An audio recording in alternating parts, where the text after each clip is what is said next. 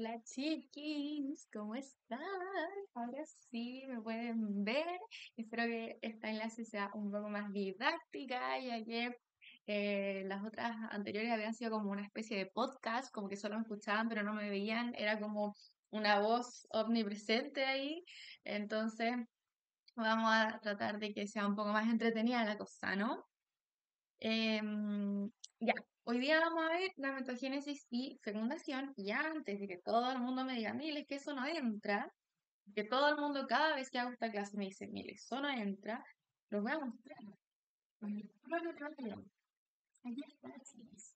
Está instalado en negrito, sale la participación de los gametos, ovocitos y espermatozoides y su función en el proceso de fecundación, ¿ya? Yo no puedo llegar y hablarles de ovocito y espermatozoide sin hablarles cómo se forma cada uno, y eso es ovogénesis y espermatogénesis. Y tampoco puedo hablarles de fecundación sin darles como esa especie de pincelada a lo que es la gametogénesis. Entonces, si bien a ustedes no les entra el proceso como tal y ninguno de los paso a paso de la fecundación, yo se los voy a pasar como una especie de pincelada, ¿ya? Porque nosotros sabemos y conocemos al Dom Demre que de repente pregunta cosas que no salen textuales en el temario. Entonces, 2 líneas y media quedan a interpretación, ¿ya? Y yo prefiero dejarlos cubiertos con esa materia antes que no habérselos pasado. ¿Ya? Además que la gametogénesis y la espermatogénesis son procesos donde están involucrados todo lo que vimos en la clase pasada. Ciclo celular, mitosis y meiosis, ¿ya? Entonces no estamos tan alejados a lo que vimos la clasecita pasada, ¿ya? Así que eso, chicos, vamos con la clase de hoy, ya que creo que es la tercera, cuarta, no sé, ya estoy muy perdida con eso de los números porque con el cambio de país, el cambio de donde me estaba quedando, recién estoy como un poco más instalada y hablemos del hecho de que yo literalmente estoy 6 horas más adelantada que ustedes, como que veo el futuro. Pero literal para ustedes yo estoy en el futuro, yo estoy 6 horas más adelante que ustedes. Entonces, genuinamente es muy loco, ¿ya? Así que, eso chicos, vamos a ver el proceso de gametogénesis y gametogénesis y fecundación. Entonces, partamos. ¿Qué es la gametogénesis? Es el proceso a través del cual son formados los gametos. Y existen dos. Está la ovogénesis para formar el óvulo o el ovocito y la espermatogénesis para formar al espermatozoide. ¿Ya? Entonces vamos a hablar un poco de las etapas de la gametogénesis a nivel general, ¿ya? Que se cumplen un poco tanto en la ovogénesis como en la espermatogénesis. Entonces, esto es para darnos una idea a nivel general de los dos procesos. Primero está la etapa de proliferación, ¿ya? En donde las células germinales primordiales, o CPG, que son básicamente las celulitas que se van a empezar a dividir para dar origen a los gametos, ¿cierto? Se empiezan a dividir por mitosis y el resultado de la mitosis va a dar células llamadas gonios, ¿ya? El espermatogonio, o sea, el ovogonio y el espermatogonio. Luego, estas dos celulitas de acá entran a la etapa de crecimiento, ¿ya? En donde los gonios crecen y se van a diferenciar formando citos primarios, ¿ya? Y pasan por una etapa de interfase, ¿ya? Eh, para poder pasar por esta etapa de crecimiento, de duplicación del ADN, ¿cierto? Que todo eso ocurre tanto en la etapa G1, S y G2, ¿ya? Y al terminar la etapa de interfase tenemos al ovocito primario y al espermatocito primario, y luego estas dos celulitas de acá pasan a la etapa de maduración, ¿ya? Donde estas células maduran y aquí comienza el proceso de meiosis, y en la meiosis 1 el resultado es el espermatocito secundario y el ovocito secundario. Y en la meiosis 2, el óvulo y la espermata. ¿Ya? Cabe recalcar que el óvulo solamente existe una vez que se produce el proceso de fecundación. ¿Ya? Y además existe una cuarta etapa, que es la etapa de diferenciación, que solamente existe en la espermatogénesis. ¿Ya?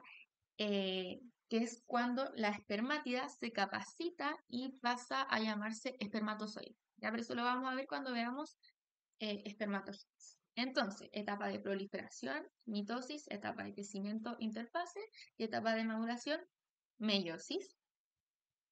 Entonces vamos con la ovogénesis, que se produce en los ovarios, ¿ya? Que partimos con la ovogonia, que se desarrolla durante la etapa embrionaria, es decir, nosotros dentro de la guatita de nuestras mamás empezamos nuestro proceso de ovogénesis, ¿ya? Y la primera división, por decirlo así, se obtiene por mitosis, dando como resultado la ovogonia. Y la dotación cromosómica es 2N, 2C, ¿ya? Luego tenemos al ovocito primario, que se desarrolla durante la etapa embrionaria y se detiene en profase 1, ¿ya? Una vez completado el ciclo celular, ¿ya? O sea, el ciclo ovárico, estas células completan la meiosis 1. Pero este ovocito primario, como lo habíamos visto en la diapositiva anterior, se obtiene por interfase.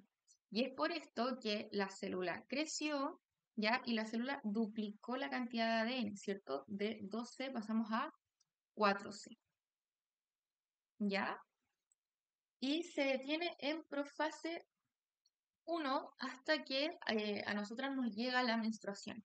¿Ya? Una vez que nosotros tenemos la primera regla, ya este ovocito 1 parte, por decirlo así, la meiosis, ¿ya? Antes de eso quedaba detenido en profase 1 y ahí queda la división hasta que nos llega la primera regla, la primera menstruación, y ahí empieza a seguir dividiéndose, ¿cierto? Luego está el ovocito secundario, que se obtiene después de cada ovulación, ya se libera después de cada ovulación, y su desarrollo queda detenido en metafase 2, ¿ya?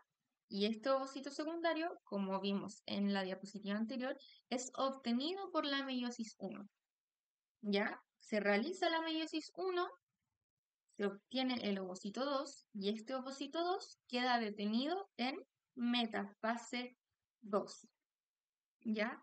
Y solo se completa la meiosis 2 en caso de que exista fecundación. Si es que una mujer nunca en su vida queda embarazada, jamás va a formar un óvulo, porque el óvulo es obtenido por meiosis 2 una vez que existe la fecundación y de metafase 2 pasamos a anafase y telofase hasta obtener un óvulo. Esta célula de acá solo se obtiene si existe fecundación. ¿Ya, chiquis? Sé que esto puede confundir un poco porque acá dice que se detiene en profase 1, pero que o el ovocito 1 se obtiene por la interfase.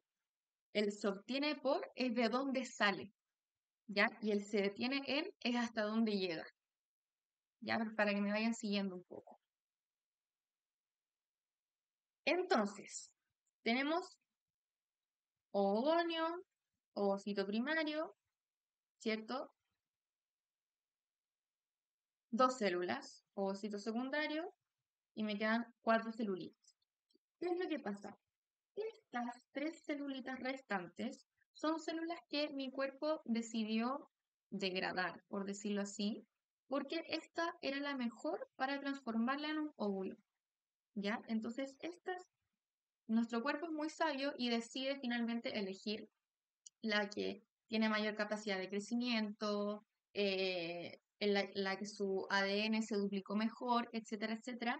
Y el resto se llaman cuerpos polares. Está el cuerpo polar primario y el cuerpo polar secundario. Y eso se degrada, es absorbido nuevamente por nuestro cuerpo y dejan de ser células funcionales porque se degradan y solamente, blop, me asusté, ya, y solamente queda el óvulo, pero recuerden que el óvulo solamente se forma en caso de que exista fecundación.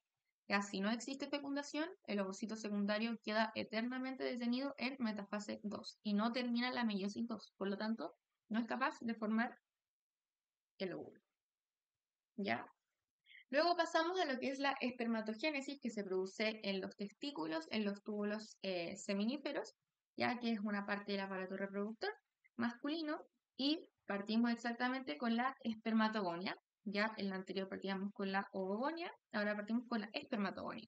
Pero aquí está la primera diferencia entre la ovogénesis y la espermatogénesis. En la ovogénesis me voy a devolver. La ovogonia se desarrolla durante la etapa embrionaria, mientras que en la espermatogénesis, la espermatogonia comienza a producirse en la pubertad, ¿ya? Y también se obtiene por mitosis y también tiene una dosis cromosómica de 2n12. Luego está el espermatocito primario, que se obtiene por interfase, ya donde se duplica el ADN, paso de 2n12 a 2n4c. Recordemos que la C era la cantidad de cromátidas o la cantidad de ADN, ¿ya? Luego pasamos al espermatocito secundario, que se obtiene por meiosis 1, la espermátida, que se obtiene por meiosis 2, y luego está esta cuarta etapa que yo les decía que solamente existía en la espermatogénesis, que es la etapa de diferenciación, ya en donde de espermátida paso a espermatozoide, ya es donde se adquiere esta forma de acá, y es un proceso denominado espermiohistogénesis, ya que se obtiene por diferenciación celular, donde finalmente la espermatida adquiere esta forma de espermatozoide. Se forma el acrosoma ya por el aparato de Golgi, que está en la puntita de acá, que es un lugar en donde existen muchas enzimas, eso lo vamos a ver cuando veamos fecundación. Está la cabeza, el núcleo, el cuello que está llenísimo de mitocondrias, ¿ya? Y la colita del flagelo que le va a entregar ese motor para que se pueda ir moviendo, ¿ya? Es una especie de capacitación para que la espermátida pueda em, pasar al espermatozoide y pueda atravesar lo que es el laberinto del canal vaginal antes de llegar a encontrarse con el ovocito y poder fecundar. ¿Ya? Entonces, una tercera ya diferencia, la primera era que la espermatogénesis ocurría, o sea, iniciaba en pubertad, ya, la segunda era que tenía esta cuarta etapa de diferenciación, y la tercera es que finalmente acá sí se aprovechan las cuatro células formadas por la meiosis 2, ¿ya? No se forman cuerpos polares como se forma en la ovogénesis, sino que directamente estas cuatro pasan a formar lo que es el espermatozoide, ¿ya? Entonces por eso es que los hombres también forman una cantidad absurda de espermatozoides y lo pueden hacer durante absolutamente toda su vida, ¿ya? Entonces, ¿qué es lo que pasa? Nosotros ya vimos cómo se formaban los gametos, cómo se formaba el espermatozoide y cómo se formaba el ovocito secundario. Pero, ¿qué es lo que promueve que ocurra la espermatogénesis y qué es lo que promueve que ocurra la ovogénesis? ¿Ya? La ovogénesis a nivel hormonal, nosotros lo vamos a dejar para la siguiente clase, ya porque es una clase más bien larga, ya en donde no se los puedo explicar solamente en una diapositiva, que es ciclo ovárico, ¿ya? El ciclo ovárico es toda la regulación hormonal de la ovogénesis, ¿ya? Entonces, por mientras le voy a pasar la espermatogénesis a nivel hormonal y nos vamos a pegar como un saltito, ¿ya? A lo que es la fecundación, ¿ya? Entonces, está la espermatogénesis a nivel hormonal, que, bueno, yo siempre he odiado al TEMRE por sacar todo lo que es sistema endocrino, porque le siguen entrando hormonas y es difícil como entender esto sin haber visto cómo funciona previamente la regulación del sistema endocrino. Yo creo al menos que debieron haber dejado esa parte y no sacar todo sistema endocrino. Pero bueno, tenemos una estructura en el cerebro que se llama hipotálamo, ¿ya? Que va a ser como el jefe de los jefes. Esta estructura secreta hormonas liberadoras o inhibidoras. En este caso vamos a hablar de una hormona liberadora, la GnRH, que es la hormona liberadora de gonadotropinas. ¿Y cuáles son las gonadotropinas? Las hormonas que se liberan en las gónadas, es decir, en los ovarios y en los testículos. Esta hormona va a mandar una señal a una segunda parte del cerebro que se llama hipófisis, ¿ya? Y la hipófisis va a secretar FSH, que es la hormona folículo estimulante, y LH, ¿ya? Estas dos hormonas de acá van a actuar a nivel de las gónadas, ¿ya? Y las gónadas van a secretar progesterona, estrógeno y testosterona, ¿ya? Dependiendo de la gónada correspondiente. ¿Y qué es lo que pasa? Existe algo que se llama feedback negativo y feedback positivo, ¿ya? Cuando tú me das más y yo quiero más, como, no sé, ejemplo, a mí me gusta mucho el chocolate, entonces me pasa siempre que mi mami me ofrece el chocolate y yo siempre le digo que sí. Y mientras más me ofrece, más le digo que sí, porque es chocolate. Como que yo personalmente, si se quieren ganar el cielo conmigo, regálenme un chocolate. Entonces me da chocolatito y para mí no es suficiente con un pedazo, entonces le pido más y ella me da más y me da más y me da más y eso vendría a ser feedback positivo, porque mientras más me entreguen, mejor. Y luego hay algo que se llama feedback negativo, que es cuando, por ejemplo, a mí me ofrecen chocolate y yo digo, no, demasiada azúcar, no quiero y genero como un rechazo. ¿Ya? Entonces mi mamá, por consecuencia, me va a dejar de ofrecer chocolate porque se va a dar cuenta que mi respuesta no es buena. ¿Ya? Eso vendría a ser como el feedback negativo. ¿Ya? Entonces, teniendo en cuenta este grafiquito de acá, nosotros vamos a hablar de la espermatogénesis a nivel hormonal. ¿Qué es lo que pasa? Todo comienza con la liberación de la FSH y la LH mediante la estimulación de la GnRH, ¿cierto? El hipotálamo secretaba GnRH, la GnRH llegaba a la hipófisis secretaba FSH y LH y estas dos hormonas llegaban a las gónadas y las gónadas liberaban otras hormonas, ¿ya? Entonces, por un lado, la FSH se encarga de estimular a unas células que están en los testículos que se llaman células de Leydig, ¿ya? Y al estimular estas, o sea, células de Sertoli, perdón, las células de Sertoli. Y al estimular estas células de Sertoli, incrementan la espermatogénesis, ¿ya? Como que si es que llega FSH a las células de Sertoli, se va a producir como una especie de feedback positivo en donde se va a estimular el proceso de espermatogénesis, ¿ya? Pero cuando a nadie le gusta la estimulación en exceso, ¿ya? Sobre todo a los tejidos, a nuestro cuerpo cuando los estimulamos en exceso, menos a las neuronitas, ¿ya? Cuando son sobreestimulados, llega un punto en que se cansan. Por lo tanto, estas células de Sertoli van a secretar una hormona llamada inhibina, la cual va a producir un feedback negativo sobre la FSH.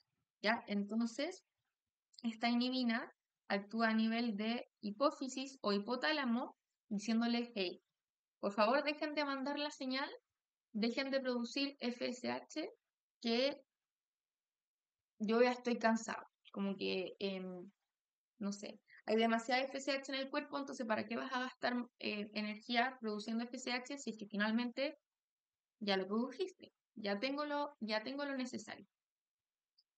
Por otro lado está la LH, que estas sí estimulan las células de Leydig, y estas células de Leydig, al ser estimuladas por la LH, secretan testosterona. Y la testosterona promueve la mantención de los caracteres sexuales, tanto primarios como secundarios, ¿ya? Producen un efecto anabólico. Recordemos que anabólico era de menos a más, era la síntesis de, la formación de, ¿ya? Porque estimula la síntesis de proteína y es por esto que los hombres crecen en masa muscular, ¿ya? Etcétera, etcétera. Entonces, yo acá les traigo un tip que me inventé yo cuando estaba dando la PSU, para poder, se me cayó el carnet. Pero déjame esto. La FSH. Si es que yo tuviera que escribir la letra F, sería así. Entonces, esa E es de espermatogénesis. ¿Ya? Esa S es de Sertoli y esa H es de inhibina.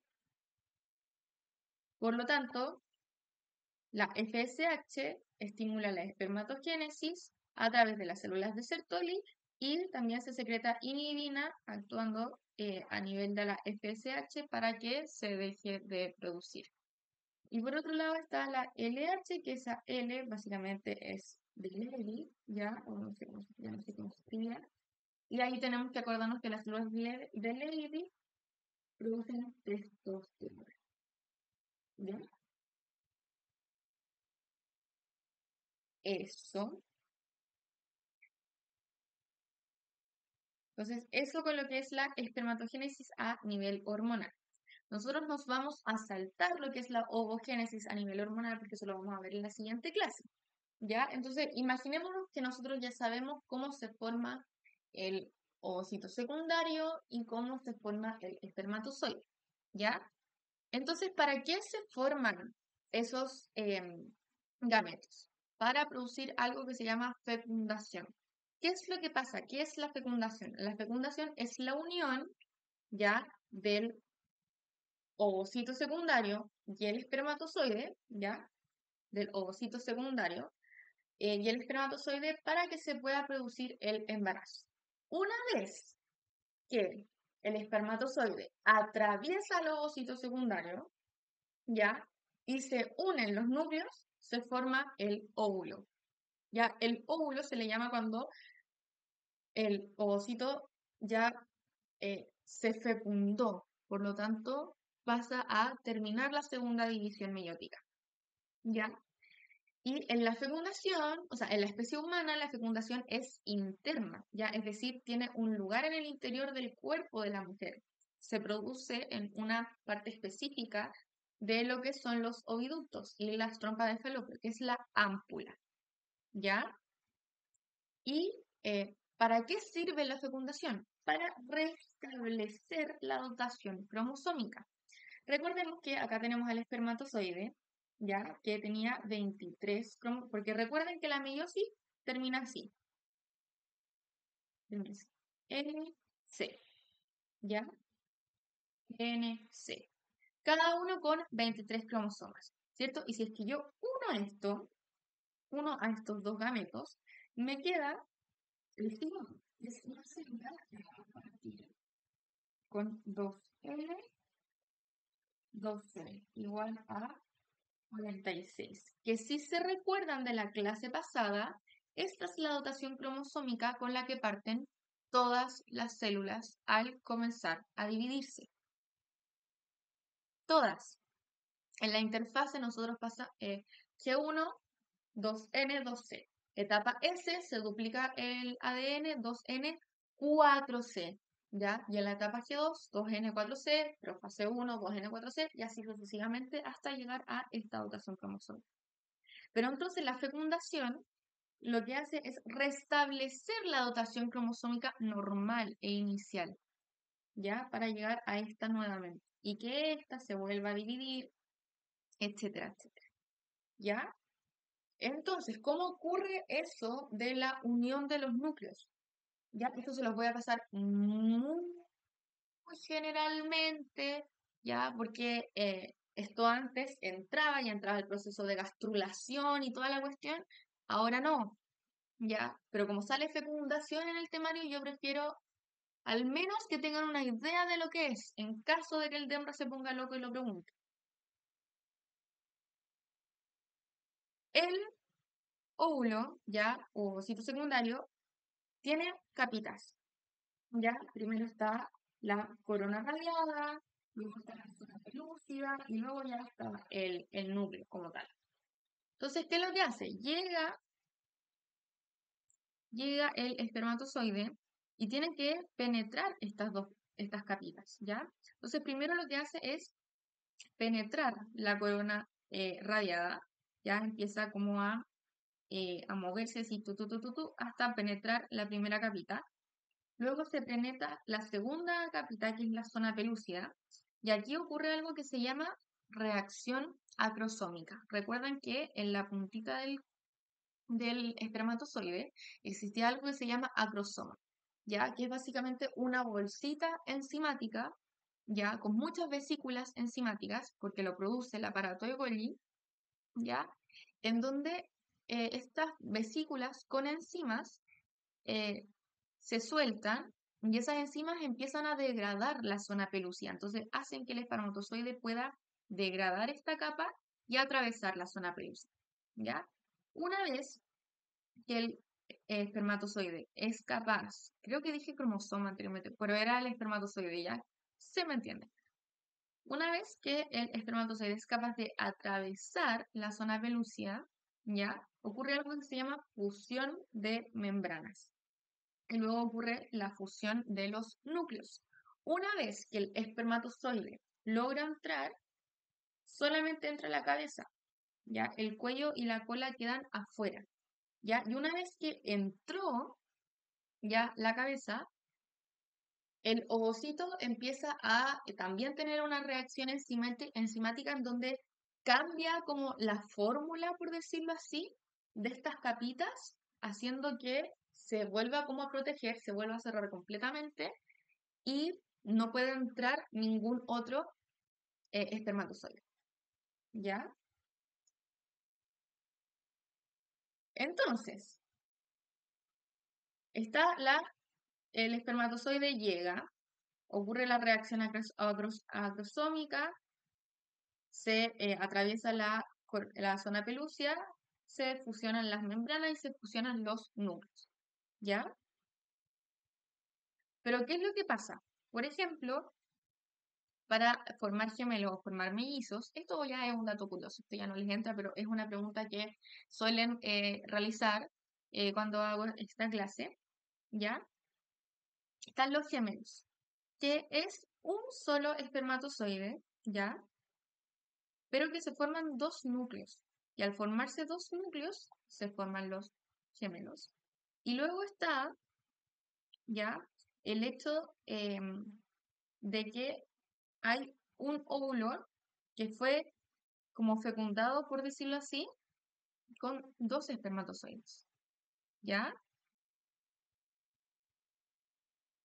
Entonces ahí se forman los mellizos.